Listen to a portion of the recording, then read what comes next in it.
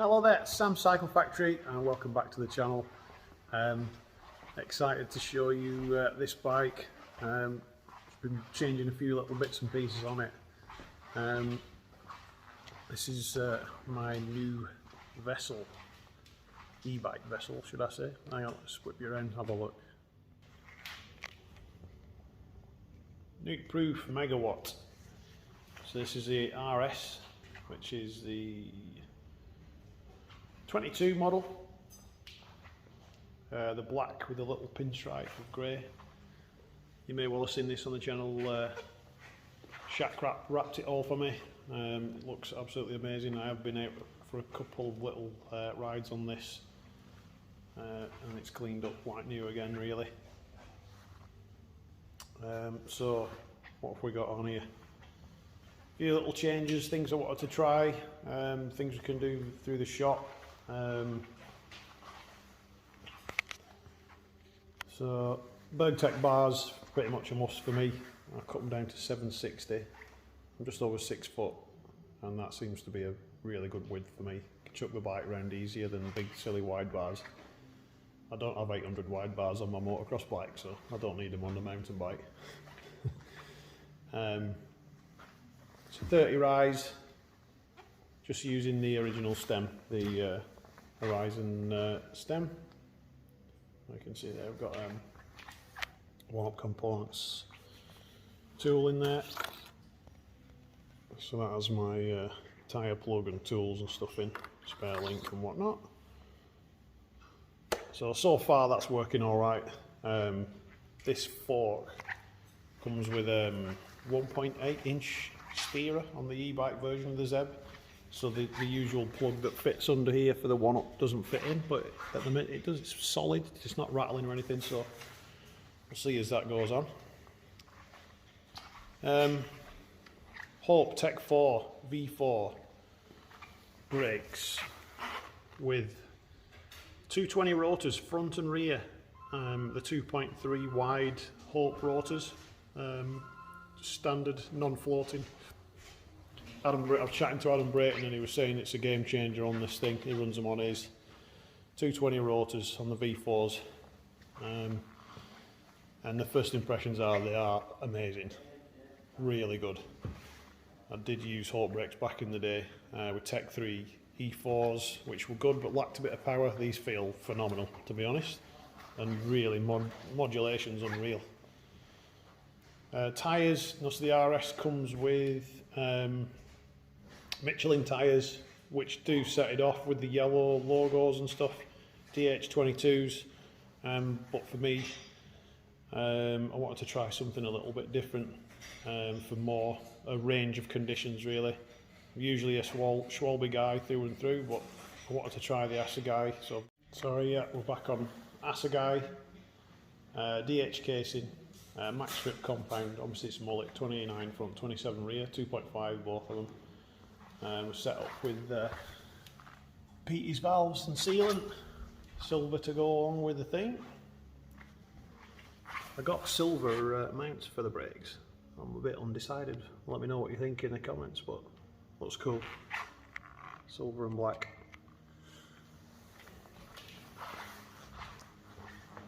So first time I'm using wireless shifting.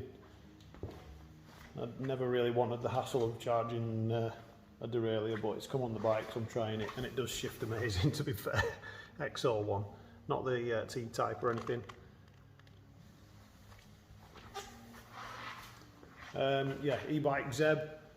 It's not the new charger-free damper, but it feels absolutely unreal on this bike. No harshness or anything. Obviously you've got the extra weight of the bike for that first sort of bump sensitivity, and the coil feels amazing on the back. Again, just for the non-charger 3 type. So what else have we done? Oh, I've done a little bit of messing just to get Fridlock on there, which looks a bit Heath Robinson at the minute, but adjusted the mount a little bit, and had to take the flap off the top of the bottle, which I have some old bottles and lids and stuff, so to mess around. I can get a 600ml in there now with clearance, which is cool. used Fidlocks for so long, I don't want to go back to a normal bottle in a cage and then lose the bottle and stuff like that. If there's any other questions you've got, pop them in the comments and I'll get back to you. But I'll let you know, I'll give you an update once I've ridden it a bit more in anger properly, but first impressions are it's an absolute weapon. A couple of other little things, obviously we're in the BergTech Mark V pedals, won't ride without anything else. You may have noticed, obviously we've got the official Hope mount on this side for the shifter, but I do have the Hope lever as well, and I'm just waiting on the mount to run to replace the bike yoke one and mount to the brake. Other than that, pretty much dialed. Okay, got a piece of paper in my hand. So, cycle scheme, we get a lot of inquiries about it. Green Commuter Initiative is the one we, endorse and would prefer to use, and it's much better for your company to use it that way. But something like this Nukeproof Megawatt RS, obviously it's a top flight bike. You're £7,500 for the bike. All that other stuff, the one-up stuff, the Hope brakes, Hope mounts, BergTech bars, BergTech pedals, you name it, all that stuff. You've got a total of £8,535 on that bike. If you were to cycle scheme that through your business, or you can do it through work, you are going to save an absolutely unbelievable £2,731, which is unreal. Comes out of your wage, generally over a 12-month period, so that's quite a hefty reduction a month. A lot of places will allow you to do it over longer, so if your company's willing, you can do it over a couple of years, reduce it to, £200 and odd a month. Comes out of your wage, after 12 months the bike's yours. You do need a salary to sacrifice. It's a salary sacrifice system enabled by the government, and then you've got different companies doing it, but Green Commuter Initiative is the one to go for. But yeah, to give you an idea, £2,731 saving. That's keep you in tyres and gear cables for a while, won't it? Or axis chargers. Looking forward to riding it a bit more and probably giving it a race soon.